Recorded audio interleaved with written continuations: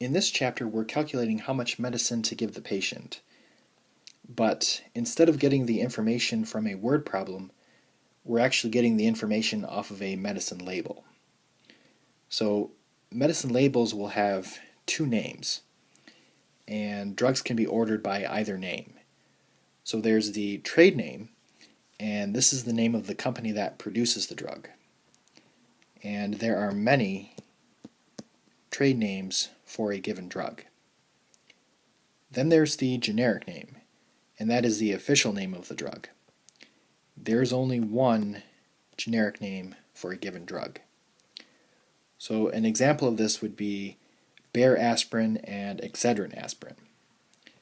Bayer and Excedrin are the trade names,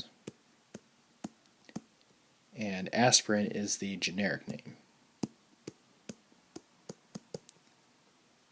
Now, some of these medicine labels will be for liquid medicine, and some of the labels will be for medicine in tablet form or capsule form. So, if the drug is a tablet or a capsule, you must always set up the proportion with 1 tab or 1 cap. Do not get tricked by the total number of tablets in the bottle. So you're going to be seeing some labels with like 30 tablets or 100 tablets. We don't use those numbers in the math because those just represent how many total tablets are in the bottle. So it's always the proportion with 1 tab or 1 cap. Okay, number 1, we have an order for Tegopin 0.375 grams. So we need to find the label, and here it is. And we need to find the strength of the solution. So that's going to be right here. So I'm using that word per to identify the strength.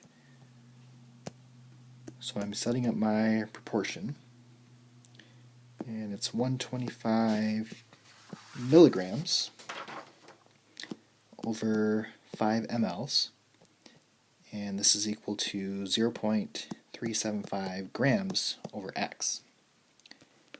And before I can solve this, I need to convert. So this will be 375 milligrams. And then I can solve my proportion. So 5 times 375 divided by 125, and we get 15. So x is equal to 15 mLs.